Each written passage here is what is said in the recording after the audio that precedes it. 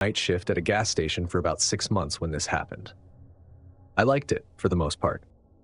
It wasn't a busy station, just a small, off-the-highway stop in Montana. The kind of place that only got truckers, locals, and from time to time a lost tourist. Most nights were quiet, sometimes too quiet. The station was the only one for miles, surrounded by nothing but fields and stretches of empty road. No houses, no businesses, just the highway and darkness.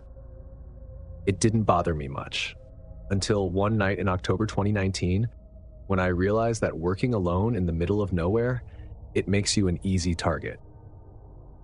It started around 1:30 a.m. I was behind the counter, watching some low-budget crime show on the tiny TV near the register, counting down the minutes until my shift ended. When I heard the low rumble of an engine pulling into the lot, I looked at the monitor that showed the security cam feed. A pickup truck had pulled up to pump 4, but something was off. The headlights were off and no one got out. I waited. Usually when people stop for gas, they move fast, especially at night. But this truck just sat there, idling. Minutes passed, still no movement.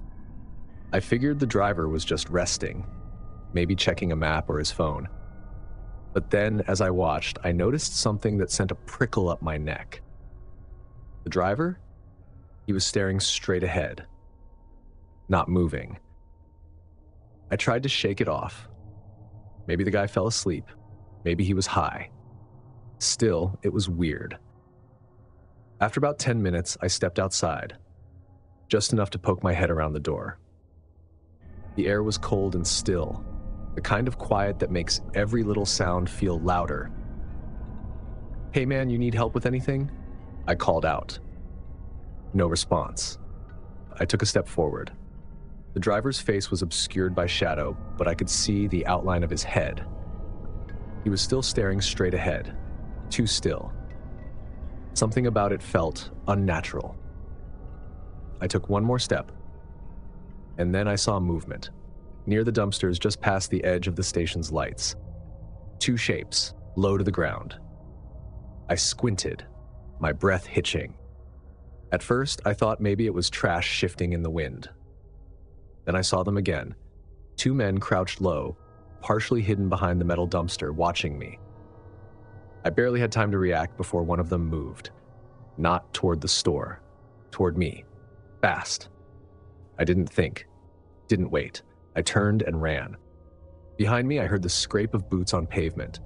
I slammed the door shut, locking it just as something hit the glass. A split second too late. I stumbled back, my breath coming hard. Outside, the two men had stood up now, no longer crouching. One of them, a tall guy in a jacket, grinned. Like this was funny. Like it was a game. The other one, he was already walking back toward the truck. And that's when I realized they were never going to buy gas. The driver, he still hadn't moved, still hadn't looked at me. He was just sitting there, waiting. One of the men outside knocked on the glass lightly, like he wanted me to open up. Then, without a word, he turned and walked toward the truck. I watched, heart hammering, as they climbed back inside. The engine revved, and then they just drove away. No rush, no peeling out, just slowly rolling back onto the highway, disappearing into the dark, like they were in no hurry at all. I stayed inside until my shift ended.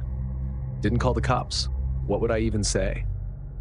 A couple of guys stood outside my store and looked creepy. I convinced myself it was nothing. Maybe they were drunk. Maybe they were messing with me. Maybe it wasn't as bad as it seemed. But then, the next night, the truck came back.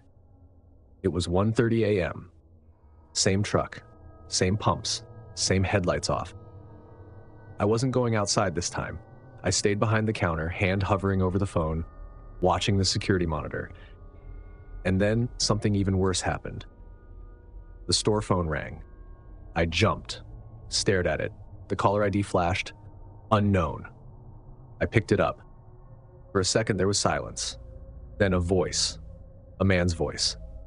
Calm, slow, Why didn't you come outside this time? Click.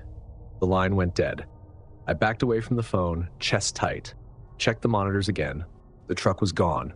No taillights, no sound, just vanished. That was my last shift. I called my boss the next morning and told him I was done.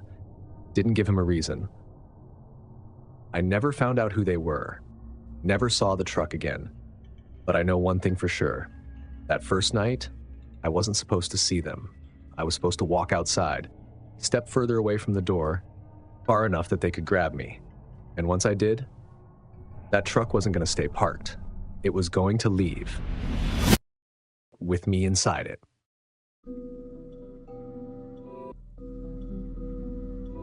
If these stories made you rethink working the night shift, hit that like button and share this video with someone who needs a reminder to stay alert. Ever had a terrifying late night encounter? Drop it in the comments or email me. I want to hear every chilling detail. Don't forget to subscribe and turn on notifications so you never miss another real-life nightmare. Some dangers hide in the dark. Others stand right in front of you, pretending to be harmless. Stay safe out there, and remember, not every uniform means protection. Thanks for watching, and I'll see you in the next nightmare.